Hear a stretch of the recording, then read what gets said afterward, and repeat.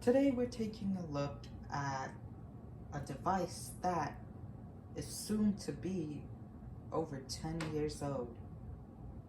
Well, hit its 10-year-old mark.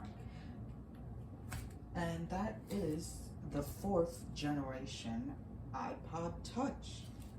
Fourth generation iPod Touch was released on September 12th, 2010.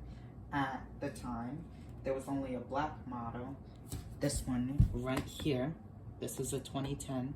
And there was only then on October 12th, 2011, a white model of the iPod Touch was released. This one right here. This generation of iPod Touch was on sale for 3 years from 2011 to 2012. It was discontinued on May 30th, 2013. So it had a very, very long life, and it was a great device. A lot of people bought it, mainly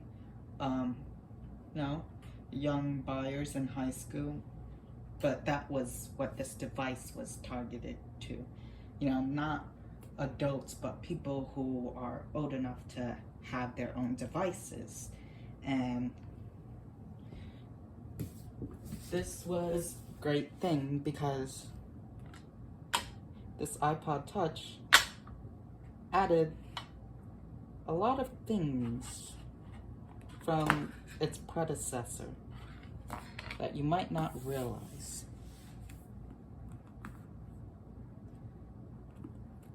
This iPod Touch here is a white iPod. However, it is disabled, but this will just be here for the comparison. You can see all the scratches from over the years. It's a 16 gigabyte model, and it works and it's nice. But today, our example that we will be using today is actually this 32 gigabyte iPod Touch with the black front. And it works pretty well, and I think it looks pretty well too. Now, this device came in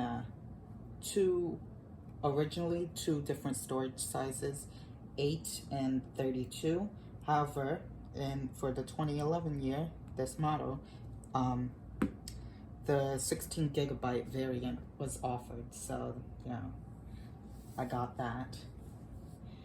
And this was actually the first iPod Touch to feature Retina display, camera. Those were just its big features, but it was really just, basically really similar to its predecessor, but, an update. This was actually the first time the Apple product, it was updated yearly, so you got a new one every year from like 2007 to 2010. But they took a 2-year hiatus, but then they updated again with the iPod Touch 5th generation. This was the last iPod with the aluminum/silver backing, and I really like it. It's really shiny. However, as you see, scratches easily, so depends how you feel about it, but it's okay, I guess. And it's very similar to the iPhone 4. It's like the new iPhone SE. It runs a flagship specs, but for a cheaper price. And it has the A4 chip, and it has 3GS components, and it's using its camera too. And it's actually, it's not bad, but it's can be really, crunchy looking. As you can see, I have some photos I took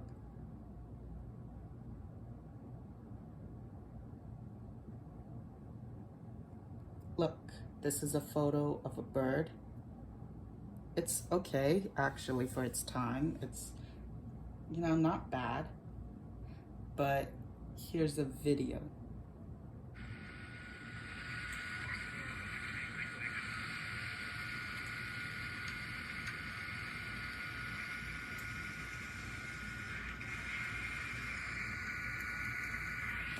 Sound quality is meh, but it's not such a win-lose problem.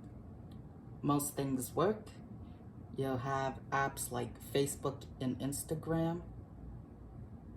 Sure, they're not like new looking or like, but they still work. Most things still work, like Instagram and, Pandora and Spotify. Those things still work. And they work pretty nicely. Now, this thing has, most things you would find on an iPhone except the phone part. So, most things work. Some apps, you can't download, but that's, what you are getting with an older iOS. And this iOS 6.1.6, which was the last iOS offered for this device from 2014. And it's actually, it runs pretty nice. It's fast, like not lightning fast, but it's fast. It's fast. And it doesn't look too different from iOS 13, but I can tell you, it feels like not a totally, completely different device, but it feels different from a newer Apple product. Okay, look,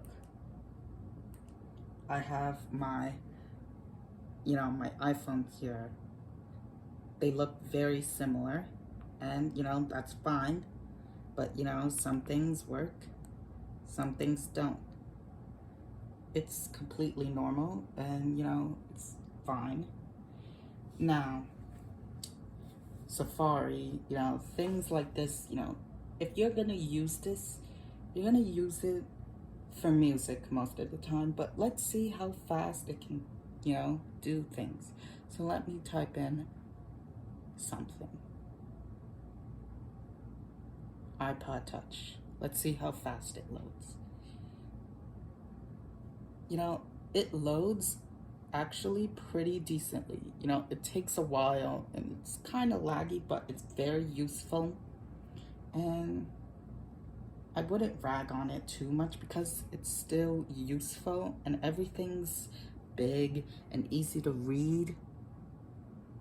And that's what I like about this device. Yep, everything works. But let's see music capabilities. Now, this is 32 gigabytes, so, bigger iPods like these, smaller iPods like these, like 16 gigabyte, they're not gonna do you well. But a bigger size iPod, like the brand new 7th generation iPod Touch that can go for 256 gigabytes, that's like the biggest iPod gigabyte held ever. So you can hold a lot of music. But even though this thing is,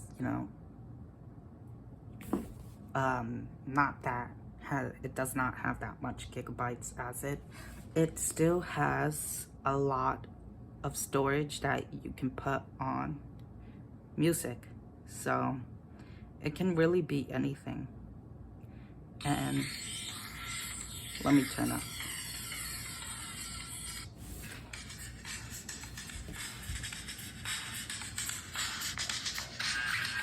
The volume is pretty decent and it shuffles songs quite fast. So, I like it. And even if you don't use the music app, like I said before, you have third-party music apps that works well and wonders with this device. Would I say get this device in 2020? Would I say get it in 2020? It's good. It's great. It's amazing. But I would recommend a newer iPod Touch, you know, can't hurt. You know, they all cost very similar, the same. And this one is in very good condition because it was owned by, you know, good previous owners. They were grandparents, so they don't really, you know, take it everywhere.